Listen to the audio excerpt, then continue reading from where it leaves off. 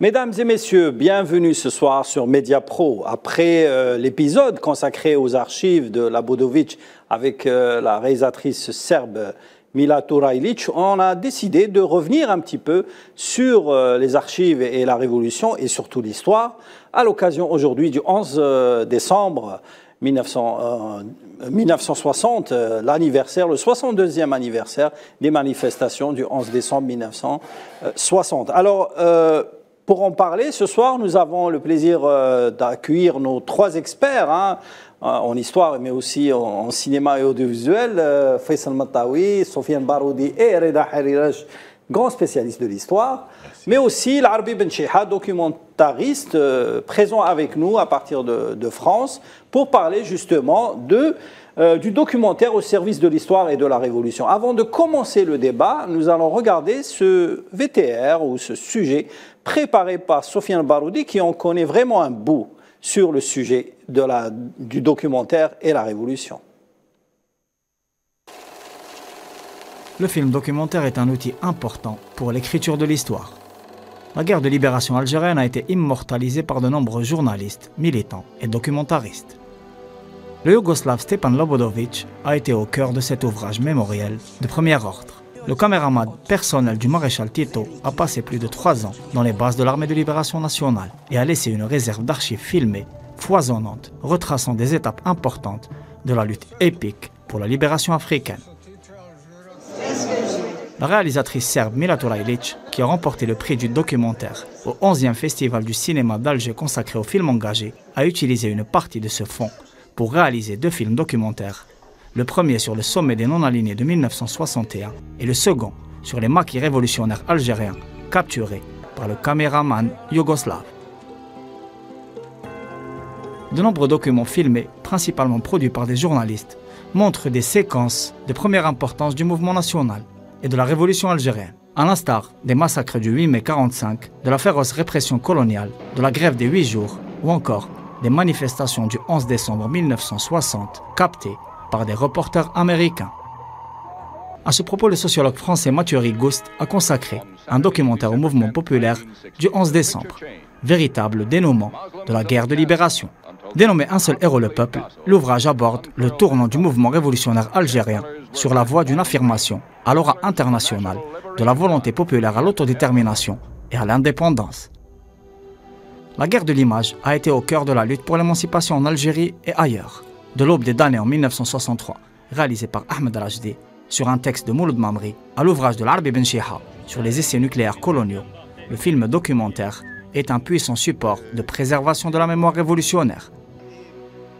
L'axe mémoriel revêt en Algérie une importance de premier plan, dans la perspective affichée de l'écriture du récit salutaire de la glorieuse histoire d'un peuple qui a montré à plusieurs reprises au monde entier sa volonté de vie et de liberté, malgré le déni et l'adversité. Alors, comme vous l'avez dit, Sofiane Baroudi, le documentaire est un excellent support pour la sauvegarde de la mémoire de l'histoire de l'Algérie.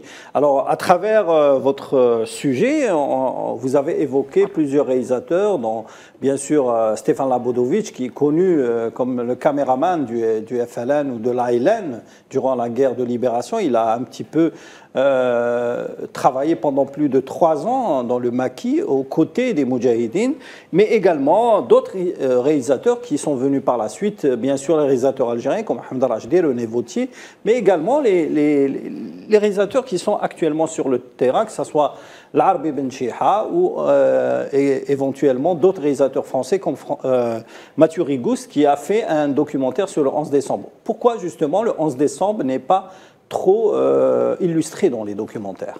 En fait, déjà, le projet de Mathieu Rigouste part dès le départ d'une absence, si vous voulez, d'une occultation dans l'historiographie française. C'est-à-dire que même s'il y a des travaux foisonnants sur la guerre de libération algérienne dans l'historiographie, dans l'école académique française d'histoire, le 11 décembre 1960 est très peu connu, est un épisode qui a été quasiment occulté même dans les ouvrages les monumentaux les plus importants, on peut citer par exemple ceux d'Ajran ou ceux de Stora ou d'autres grands historiens qui sont influents, ces historiens ne consacrent que quelques pages au 11 décembre 1960.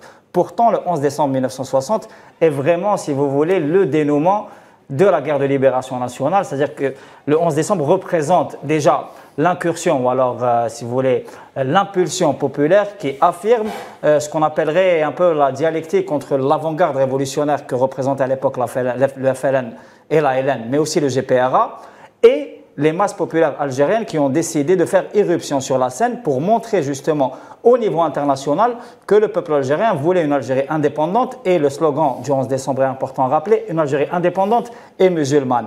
Et ça part de là, ça part de ce constat-là, c'est-à-dire de l'occultation ou alors de l'amoindrissement de l'importance et de l'impact du 11 décembre, qu'il y a de plus en plus de travaux sur cet épisode qui revêt aussi une importance parce qu'il s'agit aussi, si vous voulez, de démontrer que les masses algérienne, le peuple algérien, pas seulement Alger, parce que ça a concerné la plupart des wilayas d'Algérie. Ce qui est connu, c'est le 11 décembre, Alger, vers Belouizdad, Belcourt, mais en réalité, ça a touché toutes les wilayas d'Algérie.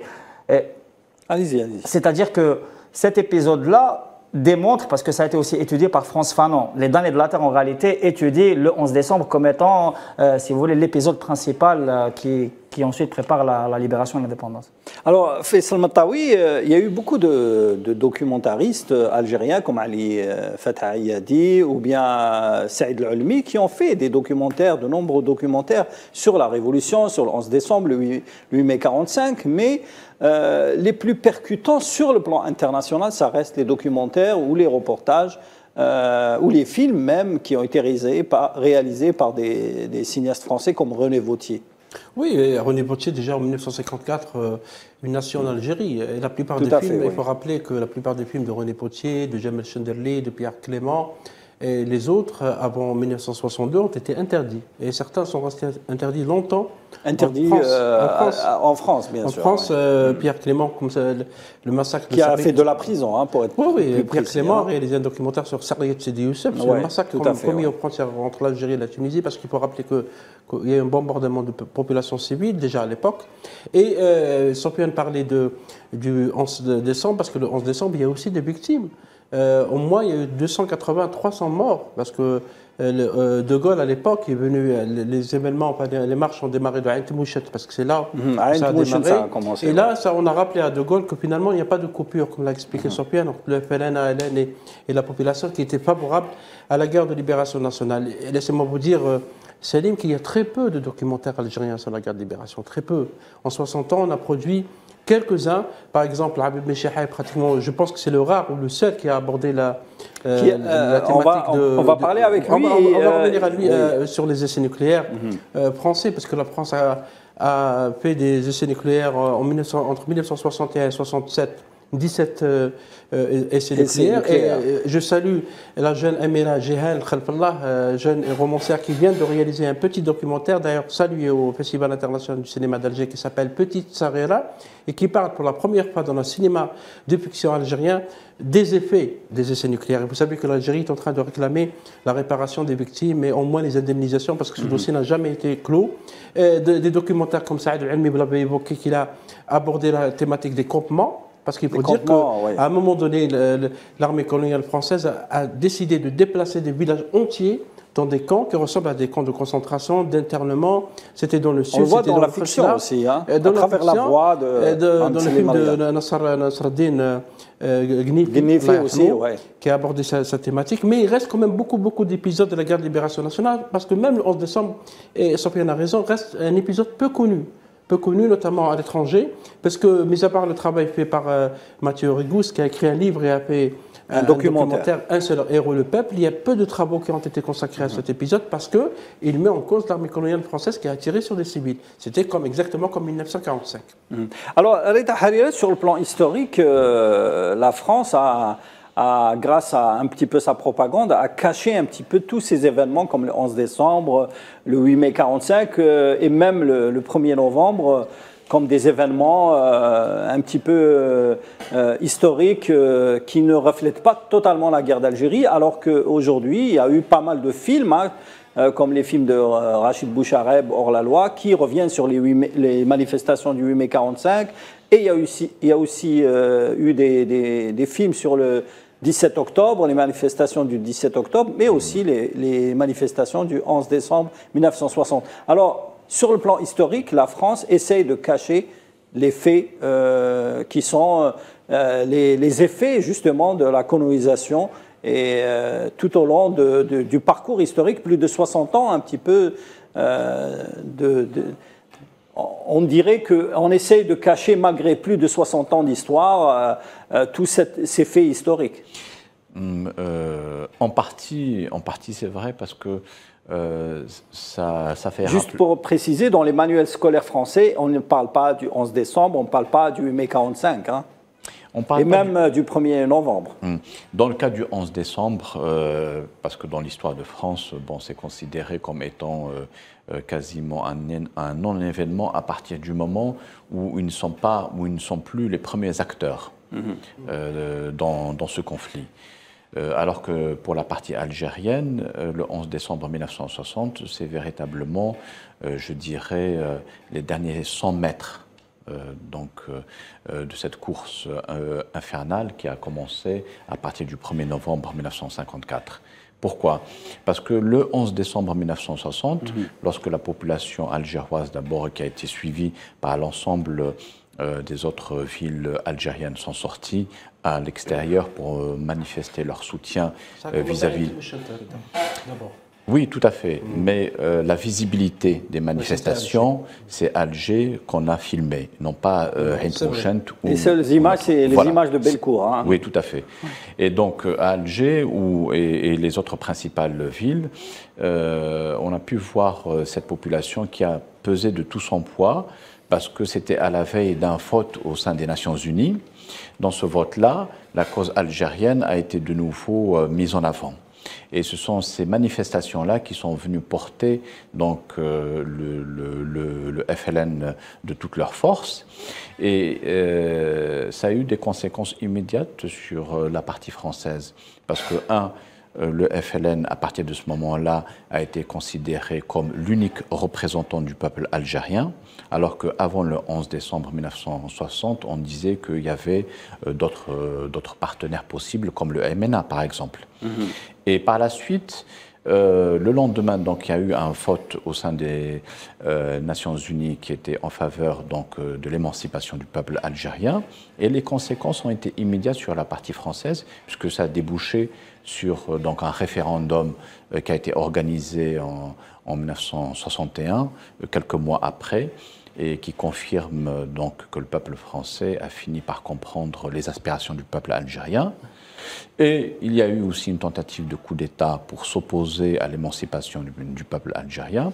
On peut dire véritablement que le 11 décembre 1960 a été un tournant capital, mais qui a eu des conséquences fâcheuses à l'intérieur même de la scène politique française, entre les partisans d'une solution qui irait vers la paix et ceux qui étaient encore partisans donc, de la force. Et c'est ce qui a permis donc d'aboutir finalement à l'indépendance de l'Algérie.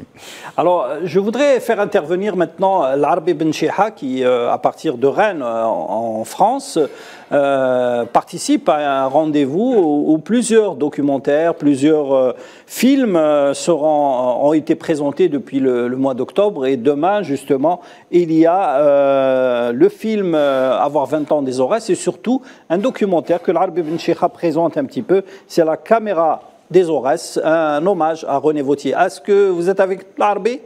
Oui, je suis là, j'écoute tout ce qui vient d'être dit, c'est très intéressant. Oui, alors l'Arbi, la thématique de ces rencontres à Rennes, en Bretagne, c'est Algérie, 60 ans après, si enfin on en parlait. Alors, vous qui êtes dans le documentaire depuis plus de 30 ans, il y a eu beaucoup de documentaires, mais on n'en parle pas beaucoup, même si certaines chaînes de télévision, notamment ceux du service public, France Télévisions, qui diffuse souvent des documentaires sur la guerre d'Algérie. Oui. C'est vrai qu'il diffuse des films sur la guerre d'Algérie ou sur la colonisation, mais c'est à des moments précis. C'est pas quelque chose. Tout à fait. C'est par rendez-vous en fait. Pardon? C'est par rendez-vous, c'est événementiel par rapport au 19 mars, le 5 juillet ou éventuellement le 11 décembre. C'est ça, c'est vraiment pour des dates anniversaires, mais c'est pas rentrer vraiment dans les mœurs où on parle de cette question de colonisation, de la guerre d'Algérie, etc., quand vraiment des éléments d'histoire importants qui devraient imprégner les programmes scolaires, imprégner l'histoire, etc. Le problème, c'est que non, on est encore loin de ça, parce que ne serait-ce que pour que les historiens travaillent, il faut quand même qu'il y ait accès à la documentation. Malheureusement, toute la documentation liée à cette période-là, elle est toujours classifiée, ce qui n'est pas normal. Comment voulez-vous qu'on écrive l'histoire si on n'a pas accès à la documentation? Moi, je me suis trouvé confronté à ça dès le moment où j'ai commencé à travailler sur l'histoire des SPR. Dès le premier film, j'étais confronté au manque de documentation. Donc, et on se retrouve un peu dans un dilemme. Est-ce que on arrête, on change de sujet, on va travailler sur autre chose, ou bien on y va quand même dépasser le secret défense sur les archives et tenter de trouver des éléments qui permettent pas d'écrire l'histoire, mais de contribuer à ce que l'histoire puisse s'écrire même sans les documents, parce que on a de la chance, il y a encore des témoins. Les témoignages, c'est primordial dans une situation comme ça. Aujourd'hui, si on parle des essais nucléaires, il n'y a pas accès aux archives, mais les personnes sont encore vivants. Moi, j'ai fait vraiment une multitude d'entretiens avec des gens, et aujourd'hui, je pense que au niveau des essais nucléaires, par exemple au Sahara, même s'ils déclassifient les archives, j'aurais pas grand-chose à apprendre de ce que je sais déjà. Voilà, on peut pas s'astreindre à baisser les bras ou dire non, c'est compliqué, je ne peux pas y aller parce qu'il n'y a pas de documentation, il n'y a pas de souci. Cela, tout est classé secret défense. Non, justement, peut-être aussi le fait qu'on continue à travailler malgré tout, peut-être qu'on va faire avancer les choses, puis un jour, le secret défense va être levé sur la documentation. Par exemple, en Polynésie, au mois de novembre, novembre dernier, on a levé le secret défense sur la quasi-totalité des archives liées aux expériences militaires en Polynésie. Ce qui n'est pas le cas en Algérie, c'est toujours classé secret défense. Alors, l'Arbi, justement, quand vous parlez de secret défense, c'est bien sûr relatif aux informations et à la documentation. Qu'en est-il aujourd'hui aussi des images, parce que les images sont un petit peu, et les archives sont un petit peu les seuls témoins et les seules preuves des faits coloniaux. Est-ce qu'aujourd'hui, les images et les archives sur la guerre d'Algérie sont à votre disposition? C'est exactement la même chose. Quand je parle des archives, pour moi, les archives, la documentation écrite, bien sûr, mais aussi les images, mais aussi les sons. On se confronte à la même situation.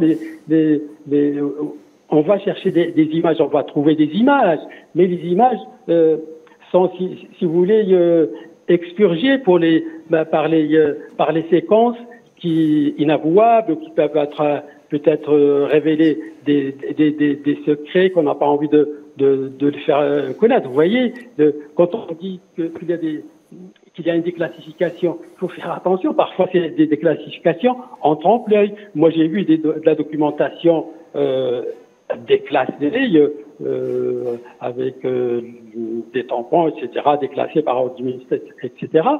Mais il y a des pages qui sont blanches.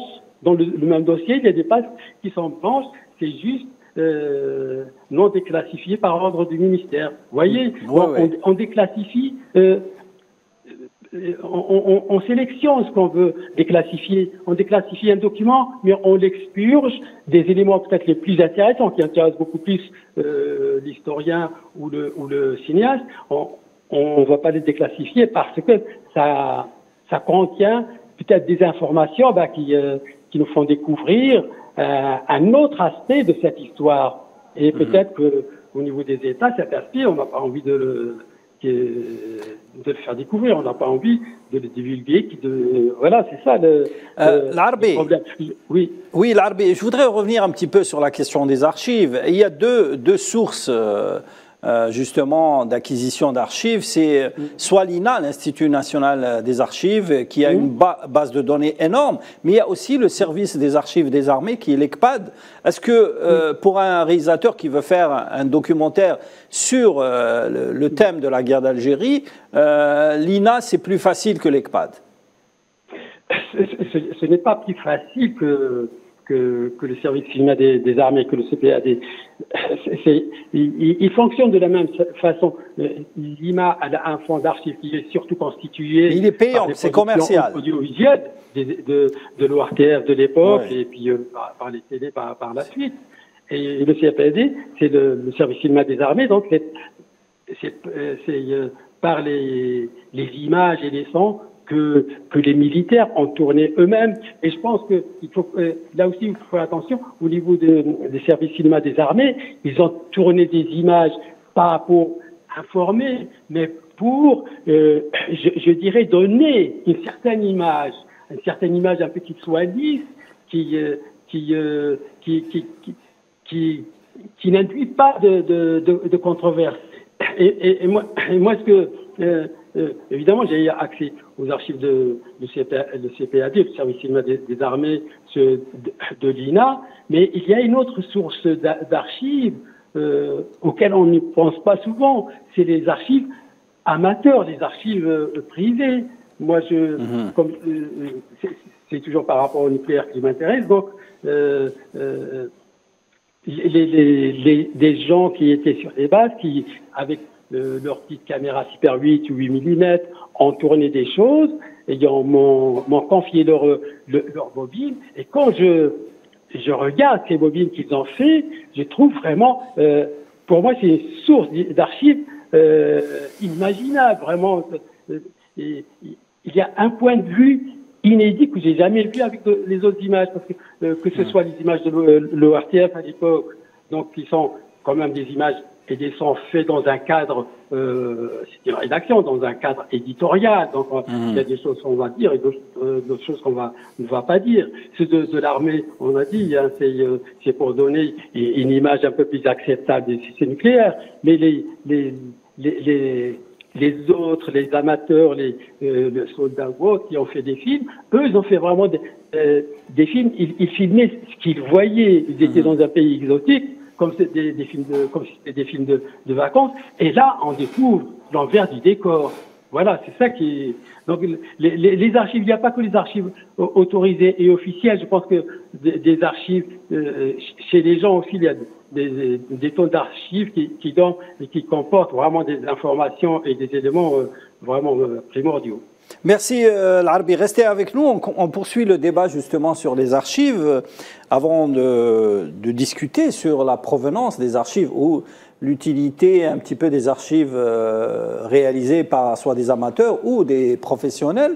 On va revenir un petit peu sur les déclarations de Mila Turajlić la semaine passée. Elle a fait une déclaration très importante. Bon, on n'a pas commenté largement ces déclarations, mais c'est un fait important. On va écouter ces déclarations et on revient au débat. Il a filmé 83 km de rush, hein, c'est énorme. Hein. Oui, et surtout, il faut dire 83 km en pellicule 35 mm, même pas 16, qui est extraordinaire. Vous n'avez pas exploré toutes les images, parce qu'on a vu, vous avez montré des étagères qui sont importantes. Donc il y a toutes ces étagères qui étaient exposées... Je peux vous dire qu'après 7 ans de travail sur ce projet et des semaines passées dans la numérisation des archives, mon estimation est que j'ai pas vu même 20% de ce qu'il a filmé. Quand même, il y a, donc, il y a un travail à faire. Il y a sûrement des trésors.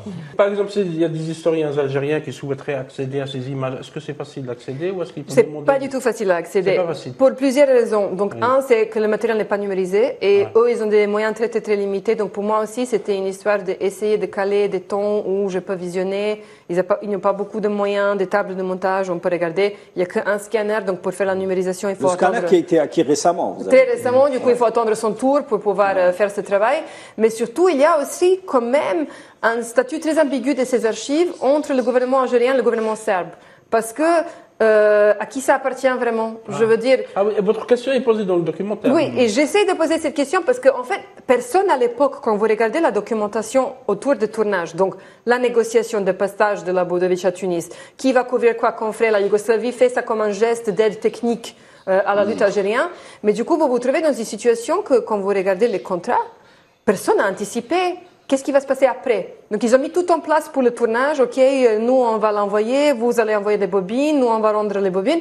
Il n'y a aucune considération de comment on garde. Voilà, c'était des déclarations très intéressantes de Mila Turajlić, la réalisatrice serbe qui a travaillé sur le travail colossal de Stefan Labudovic. Sophia El-Baroudi, vous avez beaucoup travaillé avec Mila. La question de l'appartenance de ces archives est posée par la réalisatrice serbe. Aujourd'hui, qu'en est-il réellement? En fait, il faut déjà remonter le fil pour un petit peu comprendre. C'est-à-dire qu'à la base, c'est le GPRA qui a besoin d'un service de contre-propagande pour justement contrecarrer toute la propagande colonialiste et pour faire parler déjà de la cause algérienne aux Nations Unies, mais aussi pour démontrer qu'il y avait une résistance organisée et une armée structurée. Parce que c'est ensuite des images essentiellement de l'ALN qui sont tournées par Labudovic. Et Labudovic a aussi une particularité, c'est qu'il a rencontré les deux présidents du GPRA, c'est-à-dire Farhat Abbas et aussi Ben Youssef Ben Khedda. Mais la tutelle, si vous voulez, c'était Mohamed Yazid, c'est-à-dire c'était le ministre de l'Information. Et donc, il s'agirait au départ d'une commande du GPRA via Mohamed Yazid pour servir justement les intérêts de la contre-propagande.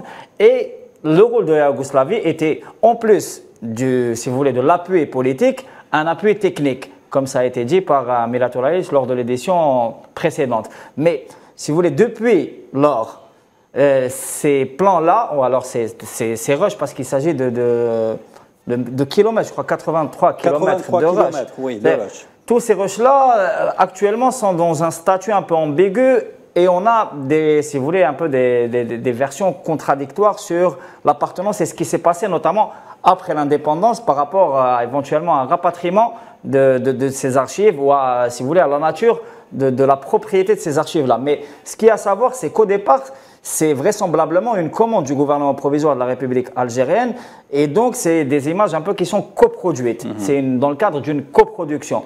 Après, les contrats d'accord ne sont pas encore clairs, mais il s'agirait justement d'éclaircir ça parce que c'est un fonds qui est très très important, y compris actuellement, parce qu'il ne faut pas oublier aussi qu'il y a une carence très très importante d'images sur la guerre de libération, mais aussi après l'indépendance, sur ce qu'on appelle le Bina Outi, c'est-à-dire la construction de l'Algérie indépendante, qui a été aussi fait par des coopérants de différentes nationalités, yougoslaves, soviétiques, de différentes nationalités, mais dont on n'a pas assez, si vous voulez, d'illustrations. Il y a même des films algériens qui ont été coproduits avec des soviétiques, avec des bulgares, sur la phase de la révolution socialiste en Algérie, mais on n'a pas assez d'images pour illustrer. Alors, il y a une chose qui est importante, c'est que une partie des archives, parce qu'on le voit dans le documentaire de Mila Turajlić, quand Stefan Labudovic vient avec ses bobines à Tunis présenter 2 heures de rush. Oui.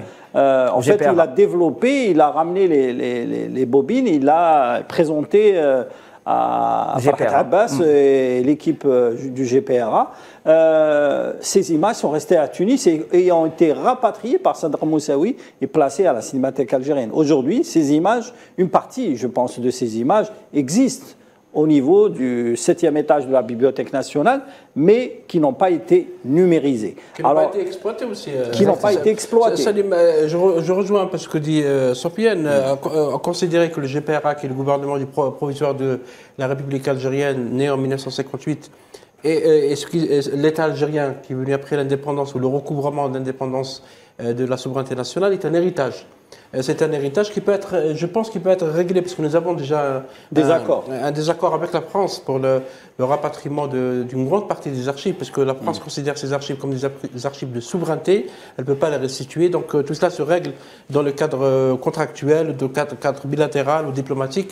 Nous avons aussi hérité ou rapatrié une partie des archives ottomanes, en accord avec le gouvernement turc. Et je pense que ces questions se règlent d'une manière contractuelle entre les États. Mais c'est très important, et il est important pour nous, pour la mémoire nationale, pour la mémoire de la guerre de libération nationale, pour le travail fait par Stevan Labudovic, qui a réellement contrecarré par ces images ce qu'a dit Sofiane tout à l'heure, la propagande coloniale, qui à l'époque présentait la guerre de libération nationale comme une insurrection terroriste, etc. Et Labudovic a montré réellement autre chose. Bien sûr, il y a Pierre Clément, il y a René Vauthier, il y a Jamal Chenderley et les autres. Mais ces archives qui sont très importantes, je pense qu'il faudrait peut-être au moins avoir des copies, parce que ça sera aussi une matière pour les documentaristes, vous-même vous êtes documentariste Salim, ou les réalisateurs, pour faire des travaux. Il y a beaucoup de travail à faire sur la guerre de libération nationale, parce qu'il y a beaucoup de thèmes qu'on peut expliquer, et pour laisser des traces aussi pour le futur. Et c'est tant mieux que maintenant ce débat est posé. C'est le meilleur hommage qu'on peut rendre aussi à Stevan Labudovic pour le travail qu'il a fait pour la guerre de libération nationale. C'est en utilisant une nouvelle fois, en redonnant vie à ces archives, à ces photos qui sont très précieuses. Je pense qu'il y a un travail qui est en train d'être fait par Mila Torailic, parce qu'elle a quand même numérisé 20% de son travail, et elle peut faire le reste un petit peu avec son temps, le temps de préparer d'autres documentaires. Mais je pense, d'après ce qu'elle a dit, d'après un petit peu ses déclarations, elle veut se consacrer à d'autres thèmes que la guerre d'Algérie, par exemple la cause palestinienne. Labudovic a filmé un petit peu l'un des documentaires d'ailleurs qui a eu le prix au Festival du film engagé, il est consacré aux non-alignés. Donc c'est un documentaire à l'intérieur de la Serbie, en plein sommet des non-alignés en 1961, je crois. Donc il y a aussi d'autres thèmes. La question aujourd'hui, où je pense la véritable bataille des archives, c'est la numérisation. Aujourd'hui, il y a énormément de films qui ne sont pas numérisés, ou dont on ne connaît pas ni le contenu, ni le contenant. Et c'est pour ça qu'aujourd'hui, que ce soit, d'ailleurs même Mila l'a dit dans ses déclarations, les autorités serbes n'ont pas les moyens financiers pour numériser tous ces bobines et stocker ces images. Même pour les entretenir. Même pour les entretenir. Donc on est un petit peu dans le même cas, même s'ils ont acquis un scanner 35 mm, 16 mm. C'est pour ça que les accords entre États sont importants. Peut-être que l'État algérien, qui a d'excellentes relations avec la Serbie, peut aller en ce sens. Un travail de coopération qui est important, parce que c'est aussi sur notre mémoire. La numérisation est importante, y compris pour les archives nationales, parce que nous avons aussi des archives au niveau de la Bibliothèque nationale, au niveau de la Cinémathèque algérienne. Il faut préciser, la prochaine fois, on peut montrer les images. J'ai filmé ces images à l'intérieur de la Bibliothèque nationale. Il n'y a pas seulement les images françaises ou yougoslaves, il y a également des images de la RTBF, de la télévision belge, il y a aussi de la Fox américaine, il y a aussi de CBS, l'américaine aussi. Il y a beaucoup d'images américaines, belges, mais aussi suisses, suisses, allemandes. Déjà, ça, c'est un documentaire. Oui, on peut le faire. Comment la guerre a été vue à l'étranger. Comment elle a été vue à l'étranger. Je me souviens, une fois à la Cinémathèque, quand j'étais directeur, il y avait quelques jeunes étudiantes qui sont venues me poser la question: est-ce que vous avez le film de Günter Grass? Günter Grass est un Allemand, réalisateur allemand, qui a consacré un film sur les enfants de la Révolution. Et ce film, que je ne connaissais pas, que j'ai découvert grâce à un petit peu la demande de ces étudiantes qui travaillent un petit peu dans l'information, dans le journalisme, et qui ont été un petit peu interpellés par leurs profs qui leur demandaient: est-ce que vous connaissez ce film? Ils leur ont dit non. Et puis ils ont essayé de trouver les images. Ces images étaient bien sûr à la Cinémathèque, mais ils n'étaient pas numérisées. C'est un peu grâce à la télévision publique que nous avons numérisé ces images et que nous avons montré par la suite dans une projection privée pour ces étudiantes qui ont découvert un petit peu le travail. C'est un documentaire en 16 mm, en noir et blanc, totalement en allemand, pas un mot en français, qui parlait des enfants de la Révolution et surtout des orphelins, parce qu'il y avait beaucoup d'orphelins qui étaient nés au lendemain, qui étaient nés pendant la guerre de libération et qui se sont retrouvés après l'indépendance sans parents. Et on a vu dernièrement au festival des films sur Archichep avec les Touaregs. Tout à fait, oui. En 1969. L'un de ce film sur Archichep a été numérisé par l'INA, par l'Institut des Archives françaises, et qui a été ramené pour le festival par Delphine Vibo, qui est l'une des responsables de l'INA, qui travaille beaucoup justement sur la coopération entre l'INA et la Cinémathèque algérienne pour essayer de récupérer quelques images qui ne sont pas encore numérisées. Peut-être c'est pour ça qu'en Algérie, on a besoin d'une forme d'un INA algérien qui va faire ce travail. Parce qu'il y a un immense travail à faire. Rabti Bonnet-Douche a laissé ce film, on a vu des 25 minutes. Il y a aussi l'autre film, Main Libre, qui est un film italien. C'est le premier documentaire algérien. Qui a été ramené par l'un des membres du jury du festival, M.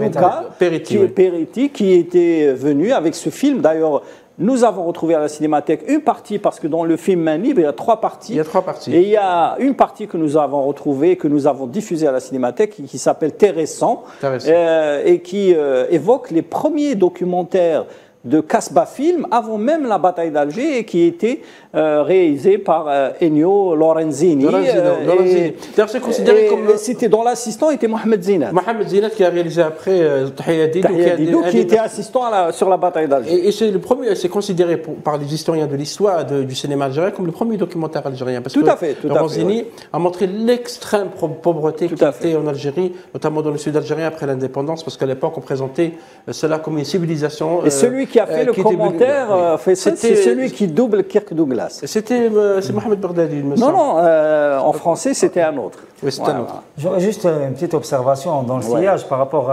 au fait, Novosti Filmski, c'est-à-dire... Bardadi a fait le texte. Il a fait le texte, oui. Voilà. Et il a fait même le commentaire. La société de production yougoslave qui a tourné en Algérie, mais pas seulement, dans à peu près tout ce qu'on peut appeler maintenant le tiers-monde combattant, c'est-à-dire tous les mouvements de libération. Eh bien, il y a un équivalent, y compris en Algérie. C'est-à-dire que, par exemple, l'ONCIC ou la radio-télévision algérienne a pu produire des documents de par le monde, notamment de mouvements révolutionnaires, et ces documents, on n'y a pas encore accès. Je vais citer un exemple par rapport au capitaine Thomas Sankara, qui est un révolutionnaire burkinabé très connu et qui actuellement, il y a un procès, celui de Blaise Compaoré, son assassin, à Paris. Eh bien, il y a un média étranger qui a publié une interview du capitaine Thomas Sankara réalisée par la radio-télévision algérienne, et c'est la seule qui existe en 1983. Ils ont publié le son, mais on n'a pas encore l'image. Moi, je me demande comment ce genre, par exemple, de documents qui appartiennent à la télévision algérienne. Et pas seulement à d'autres, par exemple, on citera l'ONCIC, d'autres boîtes de production publique qui ont tourné beaucoup de choses sur la révolution palestinienne, sur la révolution au Nicaragua, au Vietnam, en Afrique du Sud. Par exemple, il y a un film qui est important de Michel Fléchien sur l'Afrique du Sud. Et il y a beaucoup de documents qui étaient tournés par la télévision algérienne, mais qu'on ne retrouve pas. Il s'agira ils sont numérisés, ils sont stockés, mais disons qu'il n'y a pas de recherche dans... Il faut les diffuser aussi. Il faut les diffuser. Parce que c'est diffusé par des médias étrangers. Pour ce cas-là, c'est un média français, Afrique 21, qui a diffusé, qui a eu la primauté de la diffusion de la seule interview du capitaine Thomas Sankara, qui est très important. Si vous permettez, l'Arbi Ben Cheikha, vous êtes avec nous toujours ? Oui. Alors, l'Arbi, moi, je voudrais m'intéresser un petit peu au sujet que tu es en train de faire.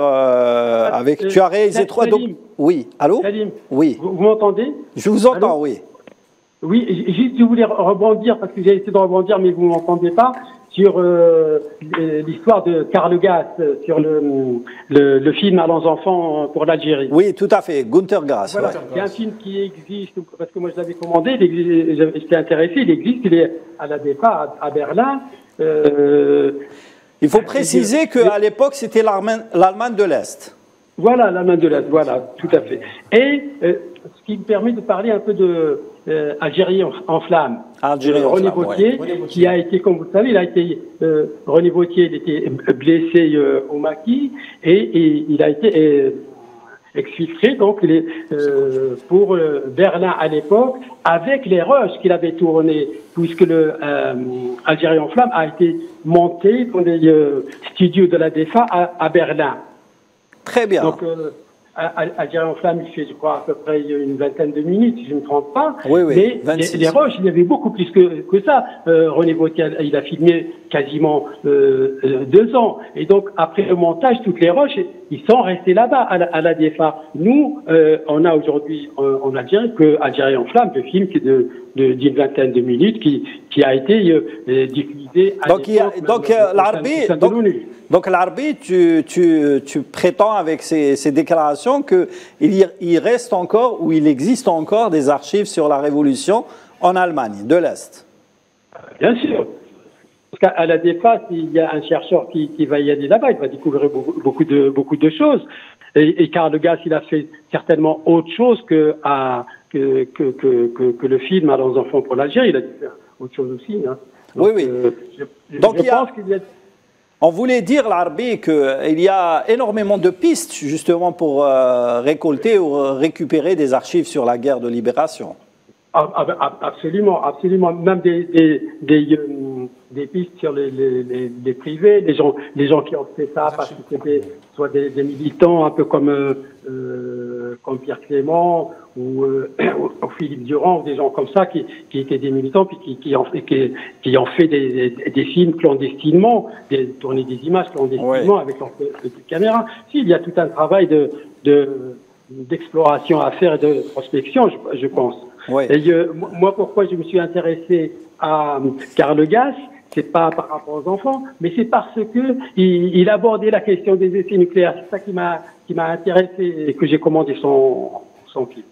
Merci l'Arbi pour ton intervention. J'espère découvrir ton dernier documentaire ou un entretien que tu as réalisé avec René Vauthier et qui parle aussi un petit peu de son combat pour un petit peu défendre la cause algérienne. Bien sûr. Merci. Ben, on diffuse un petit assemblage des fragments d'entretien que j'avais fait avec lui. On va les diffuser mardi prochain dans le cadre de 60 ans d'indépendance d'Algérie, et si on en parlait. Merci beaucoup l'Arbi, merci pour tout ce que tu fais pour justement l'histoire et la mémoire. C'est très important la mémoire, je pense que c'est ça, il faut écrire l'histoire, mais avant peut-être c'est la mémoire, c'est important la mémoire, c'est ça qui va nous structurer et qui va nous rassembler. Merci l'Arbi. Alors, une dernière question, mais vous me répondez rapidement, messieurs, il ne nous reste pas beaucoup de temps. Est-ce que vous pensez que le documentaire est plus percutant que la fiction? Je pense, bon, peut-être les deux, parce qu'on a vu, entre parenthèses, le dernier film de Rachid Bouchel, vous l'avez vu, Nos frangins sur l'affaire Melik Ouskin et Abdel Ben Yahya, et même en 1986, et même récemment, parce que pour faire le film, Rachid Bouchel n'a pas pu accéder aux archives de la police. Tout à fait. C'est lui-même qui l'a dit. Donc accéder, comme l'a expliqué l'Arbi, est très compliqué, malgré qu'il y a eu des déclassifications en 2012. 50 ans après l'indépendance de l'Algérie. Moi, je pense que oui, le documentaire, surtout quand on mange des archives inédites. C'était le cas, par exemple, avec Mila, sur les essais nucléaires français, sur les massacres de 8 mai 45, sur les enfumades, etc. Et on peut aussi, parce que la fiction est très suivie parfois, le cinéma aussi permet de constituer une opinion. Mais reste, Reda Harirash, que la majorité des films fiction qui sont faits ou réalisés sur le thème de la guerre d'Algérie sont censurés en France. Nettement, oui. Et même sur les télévisions françaises. Ils sont censurés en France, mais il y a une possibilité pour les Algériens de contourner en partie cette censure via notamment la coopération culturelle et scientifique avec un certain nombre de pays d'Europe de l'Est qui accordent donc des bourses de coopération pour les étudiants algériens. Ça serait bien que le ministère de l'Enseignement supérieur puisse encourager des vocations, par exemple envoyer 1 ou 2 personnes dans chaque capitale, à Prague, à Varsovie, Berlin, Bratislava, Sofia. Dans tous ces pays, ils disposent d'archives qui relatent la guerre de libération nationale.